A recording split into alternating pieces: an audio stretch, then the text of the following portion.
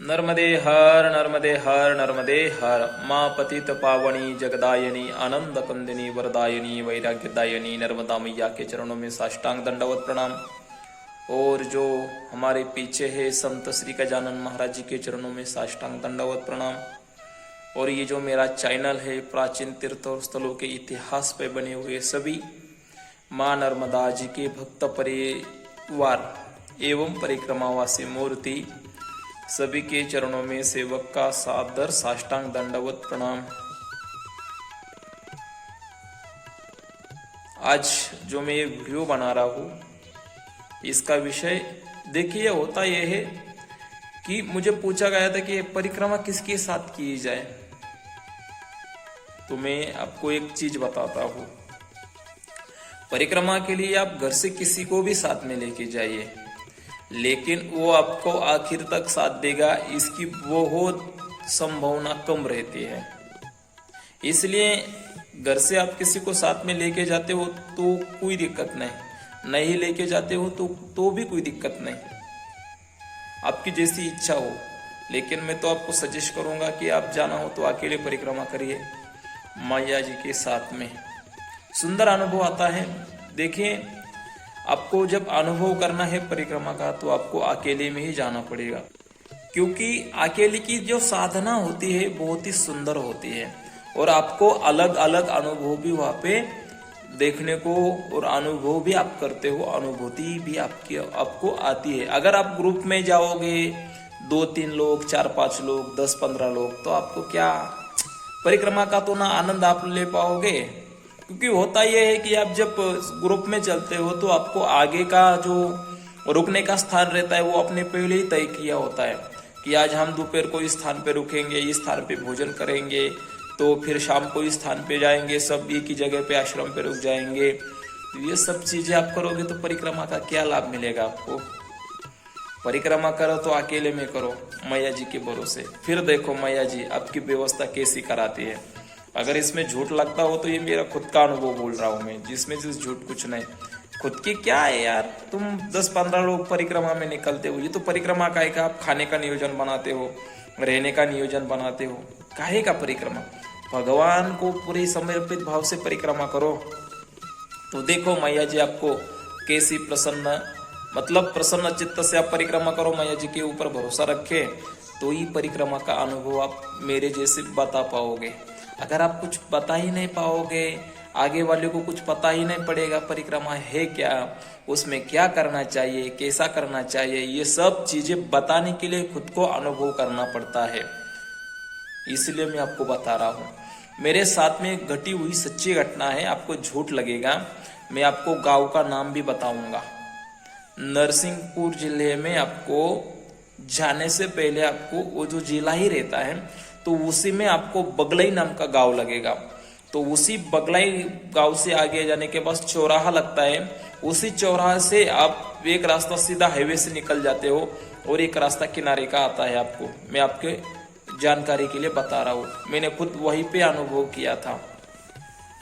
हुआ ये था कि हम पहले ही दिन मुरगड़िया घाट पे विश्राम करके वहां पे ही रुके थे हम, लेकिन हुआ ये था बारिश के कारण हम थोड़ा ज्यादा बारिश हो गई थी, तो जो साथ में रहते हैं तो दिक्कत ही आती है, साथी रहती है तो परेशानी बढ़ाती है। मैं तो अकेले ही चल रहा था, लेकिन मेरे साथ में जो चल रहे थे साथी तो उन्होंने कहा आप हमें छोड़ के मत जाइए, हमें कुछ पढ़ना लिखना नहीं आता है। तो अभी देखो क्या होता है, साथ में चलते हैं तो किसी की जिम्मेदारी भी अपने को उठानी पड़ती है। इसी के कारण जो घटना घटी है मैं वही घटना आपको बता रहा हूँ, सच्ची घटना है, इसमें झूठ में आपको कुछ नहीं बताऊंगा। हुआ यह था कि हम मुरगड़िया घाट में आज के दिन मुरगड़िया घाट में विश्राम किया था, तो वहीं पे हम रुके थे, बाबा जी की कुटिया थी, उसका भी मैंने वीडियो निकाला था, डाला होगा या नहीं मुझे कुछ पता नहीं। लेकिन वहां पे एक कौवा आता था, वो कौवा वहां पे खाने के लिए आता था, खाना खाने के बाद वहां से फिर उड़ जाता था, उसको उन्होंने ये नहीं किया था। बहुत ही सुंदर दृश्य था। मुरगड़िया घाट में आप जाते हो ना, माँ नर्मदा जी के अमरकंटक के तरफ से आप ओंकारेश्वर आते हो तो मुरगड़िया घाट में जाइए, उसके सामने ही सिद्धा घाट आपको लगता है जो मैया जी के उत्तर तट में आपको लगता है, इसका भी मैं आपको बताता हूँ।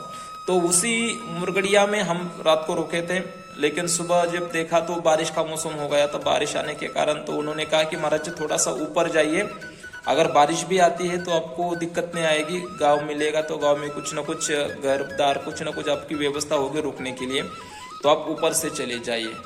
तो हम ऊपर से चले गए। तो ऊपर वाले जाने के बाद उन्होंने कहा महाराज जी थोड़ा ऊपर से जाइए तो ये आपको अच्छा रास्ता मिलेगा, यहाँ से थोड़ी परेशानी है। तो हम उधर से भी थोड़े आगे चले गए। सुबह का समय था, 7:30 8 9 बजे थे। तो हम वहीं से आगे चले गए। तो फिर आगे हम बगलई में रात को रुके थे। ये हाईवे का रास्ता था, ये तो मुझे भी पता नहीं था। लेकिन हम आगे आ गए तो मैंने उनसे पूछा मैया जी कितनी दूर है? यार मैया जी तो 5-10 किलोमीटर दूर, ज्यादा कुछ नहीं महाराज जी, आप थोड़ा आगे चले जाओगे तो मैया जी आपको मिल जाएगी। तो मैंने कहा चलो ठीक है भाई, साथ में बुजुर्ग लोग हैं तो उनकी भी अव्यवस्था ना हो जाए, इसलिए हमने थोड़ा वो रास्ता छोड़ दिया। तो फिर आगे चले गए। आगे जाने के बाद रात को हम रुके जहाँ पे बगलई, उसी बगलई में भगवान शिव जी का मंदिर था। उस गांव में एक सदगृहस्थ है जो परिक्रमा वासियों के लिए सदाव्रत देते हैं। मतलब जब हम गए थे तो हमको जाते समय थोड़ा सी देर भी हो गई थी, 6:30 के करीब हो गए थे, क्योंकि पता नहीं था दूर कितना जाना है। आगे का अंदाजा नहीं रहता है किसी को भी, नए परिक्रमावासी को आगे का अंदाजा नहीं रहता, कितना दूर है, कितना आश्रम नजदीक है, कौन सा गांव है, इस गांव में क्या व्यवस्था है, किसी को पता नहीं रहता है। अगर आपने व्यवस्था की होती तो आपको पता रहता है यहाँ पे हमें रुकना है, लेकिन ऐसी कोई बात नहीं है। तो हम बगले में गए। बगले में गांव के बाहर वहां पे शिव जी का मंदिर था, तो उस मंदिर में हम ठहरे थे। आते समय किसी गाड़ी वाले ने हमको बाटी दी थी, और उसको जो बोलते हैं ना बट्टे की सब्जी दी थी, उसको भरता बोलते, भट्टा, और ये दिया था हमको। हम तो 10-12 लोग, कम से कम 5-6 मूर्तियां थी, और वो तो 10-12 ही थी बाटी और भरता। लेकिन चलते चलते थक गए थे, इसी के कारण वो तो लोग आए थे हमारे पास, महाराज जी आ जाइए, आपको हम जो चाहिए वो दे देते, चावल चाहिए तो चावल लीजिए, आटा चाहिए तो आटा लीजिए, बस आपको पका के खाना पड़ेगा, पकाने वाले हमारे पास नहीं है। लेकिन जो हमारे साथ में थे तो वो बोले महाराज जी ये भी बहुत थक गए, हम तो कुछ नहीं बना पाएंगे, इसलिए वो थोड़ा ही हमने पा लिया और रात को हम वहीं पे सोए। और दूसरे दिन सुबह जब हम परिक्रमा में निकले तो सच्ची घटना बता रहा हूँ, आपको झूठ लगेगा। माँ नर्मदा जी की सब परिक्रमा मैया जी का अनुभव है। मैया जी को अगर आप दिल से चाहते हो और दिल से मैया जी के साथ परिक्रमा करते हो ना, तो मैया भी आपको पास बुला लेती है। ये सच्ची घटना है, आपको झूठ लगेगा।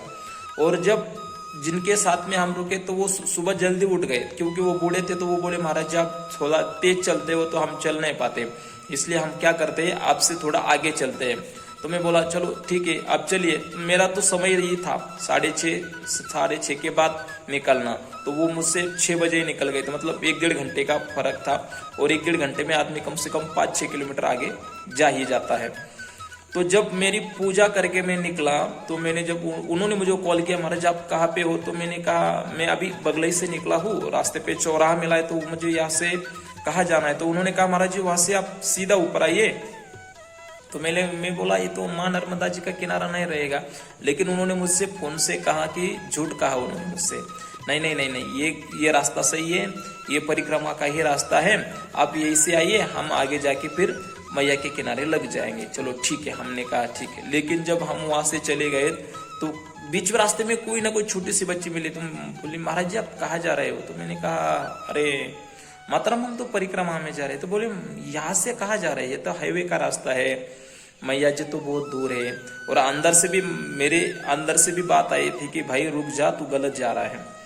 जब अंदर से बात आ गई कि भाई तू ये गलत रास्ते पे जा रहा है, ये परिक्रमा का रास्ता नहीं है, तो मैंने उसी स्थान से फोन किया था उनको, अरे भाई ये तो हाईवे का रास्ता बता रहा है, ये परिक्रमा का रास्ता नहीं है। लेकिन उन्होंने झूठ कहा, नहीं आप आगे आ जाइए, ये रास्ता सही है और इसी रास्ते से परिक्रमा वास्ते आगे जाते हैं। और जिस घर में वो रुके थे चाय पाने के लिए रुकाया था उन्होंने, तो उनके घर पे जब हम गए तो मैंने उनसे कहा कि यहाँ से माँ नर्मदा जी कितने दूर है। उन्होंने कहा महाराज जी माँ नर्मदा जी यहाँ से कम 10-15 किलोमीटर की दूरी पे अंदर है रास्ता छोड़ के, ये तो हाईवे है, ये तो हाईवे के रास्ते माँ नर्मदा जी आपको यहाँ पे नहीं मिलेगी। तो मैं थोड़ा गुस्सा हो गया था। तब मैंने उनसे कहा था कि मैंने आपको पूछा था ये रास्ता गलत है, तो आपने मुझसे झूठ क्यों बोला। झूठ क्यों बोला आपने? तो नहीं वो रास्ता सही। तो मैं बोला भाई ये गलत बात है, ऐसा कभी भी नहीं करना। तो मैंने वहां से उनको छोड़ दिया था। फिर उसी गांव से मैं आगे मां नर्मदा जी के किनारे की तरफ गया था। वहीं पे मैं रात को रुका था। ब्रह्मकुंड जाते समय बहुत सारी परेशानियां झेलनी पड़ी। अनजान रास्ते में गांव की गलियों में जाते तो बहुत सारे कुत्ते, कम से कम 4-5 कुत्ते पीछे आते थे। उनको क्या करे कुछ पता नहीं, नए वाले सिटी वाले लोगों को पता नहीं ये क्या हो रहा है। मतलब कि बहुत सारी परेशानियां झेलनी पड़ी और मुझे जाते जाते पूरा दिन लगा। तब मैं जाके ब्रह्मकुंड पे जाके वहां पे रात को विश्राम किया और दूसरे दिन वहां से मां नर्मदा जी की परिक्रमा शुरू की मैंने। मां नर्मदा जी के किनारे दक्षिण तट से, मतलब मैं, और उसी तट से मैं जब चल रहा था तो अकेले ही चल रहा था, कोई भी नहीं था साथ में। ये मैया जी खुद अपने को पास बुलाती है। बस आप मैया जी के ऊपर भरोसा रखिए, ये आप भी अनुभव करोगे। बस सिर्फ अकेले ही चलिए और मैया जी के ही ऊपर भरोसा रखिए। अगर आपको ये हमारा अनुभव अच्छा लगता है तो हमारे चैनल को सब्सक्राइब करें, लाइक करें, शेयर करें, बेल आइकन प्रेस करके नोटिफिकेशन को ऑन करके रखें ताकि आने वाली वीडियो की जानकारी आपको मिलती रहे। आज के लिए इतना ही, आगे के लिए नर्मदे हर, नर्मदे हर, नर्मदे हर।